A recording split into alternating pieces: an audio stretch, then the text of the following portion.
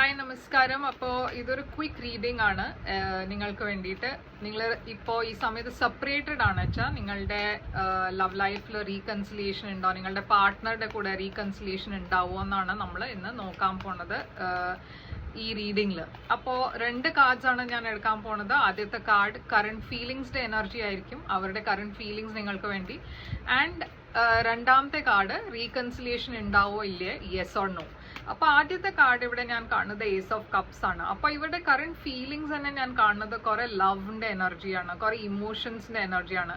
അപ്പൊ ഡെഫിനറ്റ്ലി ഈ പേഴ്സൺ നിങ്ങളെ കുറിച്ച് ആണ് അവരുടെ മനസ്സിൽ തോട്ട്സ് ഉള്ളത്. അവർക്ക് നിങ്ങളെ കോണ്ടാക്ട് ചെയ്യണം എന്നുണ്ട്, ഇവിടെ ഒരു റീകൺസിലിയേഷൻ അവർക്ക് വേണം എന്നുണ്ട്. അപ്പൊ ഇവിടെ റീകൺസിലിയേഷൻ ഉണ്ടാവോ നിങ്ങളുടെ ഇടയ്ക്ക് ഉണ്ടാവും. പക്ഷേ ഈ പേഴ്സന്റെ എനർജി കുറച്ചൊരു അൺപ്രെഡിക്റ്റബിൾ എനർജിയാണ്. നൈറ്റ് ഓഫ് സോഡ്സ് ഒരു ഫാസ്റ്റ് മൂവിങ് എനർജിയാണ്. അപ്പോൾ ഇവർ ചിലപ്പോൾ നിങ്ങളെ കോണ്ടാക്ട് ചെയ്യും, മെസ്സേജ് ചെയ്യാൻ പോകുന്നുണ്ട്.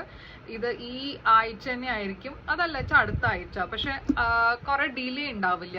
പക്ഷെ ഈ പേഴ്സൺ വരണ മാതിരി പറഞ്ഞാൽ ഉടനെ ചിലപ്പോൾ ഒരു റീകൺസിലിയേഷൻ ഉണ്ടാവാൻ ചാൻസ് കുറവാണ്. അവര് ഉടനെ മേ ബി നിങ്ങളുടെ കൂടെ സംസാരിക്കാനായിരിക്കും നോക്കുന്നുണ്ടാവുക, കാര്യങ്ങൾ ക്ലിയർ ഔട്ട് ചെയ്യാനാണ് അവർ ശ്രമിക്കുന്നത്.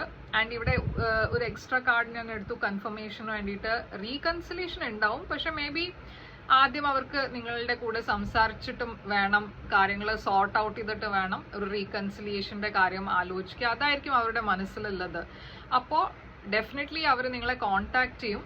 ആൻഡ് റീകൺസിലിയേഷന് കുറച്ച് സമയം എടുക്കും, ബട്ട് ഒരു മാസത്തിന്റെ ഉള്ളിൽ ഡെഫിനറ്റ്ലി ഒരു നല്ല പ്രോഗ്രസ് ഉണ്ടാവും നിങ്ങളുടെ ഈ സ്റ്റോറിയിൽ.